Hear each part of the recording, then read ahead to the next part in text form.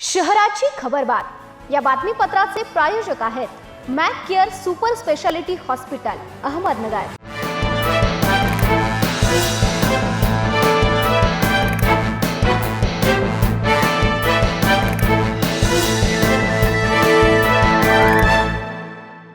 प्रेक्षको नमस्कार, मी दिशा। न्यूज 24 सह्याद्रीमध्ये तुमचं स्वागत। पाहूया अहिल्यानगर शहरातील महत्त्वपूर्ण बातम्यांचा आढावा शहराची खबरबातमध्ये।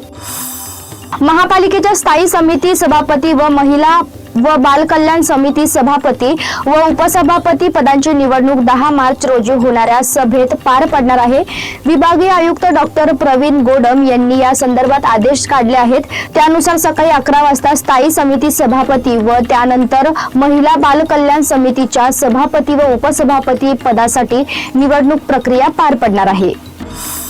व्यावसायिकाच्या बंद घराचे कुलूप तोडून अज्ञात चोरट्यांनी 80,000 रुपयांची रोकड, सुमारे 5 तोळ्याचे सोन्याचे दागिने, चांदीचे दागिने असा एकूण 2,95,000 रुपयांचा मुद्देमाल लंपास केला। सावेडी उपनगरातील तांबटकर मळा ममता गॅस जवळ 1 ते 3 मार्च दरम्यान ही घटना घडली आहे। या प्रकरणी गोविंद बलराज बेहेल यांनी दिलेल्या फिर्यादीवरून अज्ञात चोरट्यांविरुद्ध तोफखाना पोलीस ठाण्यात घरफोडीचा गुन्हा 3 मार्च रोजी सायंकाळी दाखल करण्यात आला आहे। कुंदन मॉल ते हिरामोती पान स्टॉल दरम्यान पाठीमागून दुचाकीवरून आलेल्या दोघांनी एकाचा मोबाईल हिसकावल्याची घटना दुपारी 2 वाजेच्या सुमारास घडली। कैलास कुमार कन्हैयालाल पटेल असे मोबाईल चोरून नेलेल्या व्यक्तीचे नाव आहे। या प्रकरणी मंगळवारी कोतवाली पोलीस ठाण्यात गुन्हा दाखल करण्यात आला आहे। इराण इस्रायल युद्धामुळे तेलाचा पुरवठा बंद झाला तरी 75 दिवस म्हणजेच 2.5 महिने पुरेल एवढा इंधनाचा साठा देशात आहे। तसेच जिल्ह्यातील इंधन टंचाई भरण्याची शक्यता नाही। युद्ध दीर्घकाळ लांबले तर चिंतेची परिस्थिती उद्भवू शकेल। मात्र सध्या तरी नागरिकांनी कोणतीही घाई न करता पेट्रोल पंपावर रांगा लावण्याची गरज नसल्याचं या क्षेत्रातील तज्ज्ञांनी सांगितलं आहे।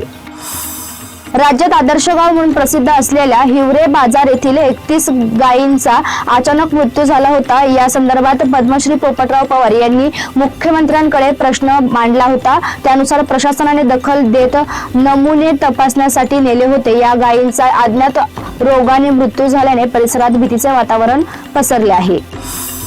शहराच्या खबरबातमध्ये आपण इथेच थांबतोय, मात्र तुम्ही पाहत राहा न्यूज 24 सह्याद्री।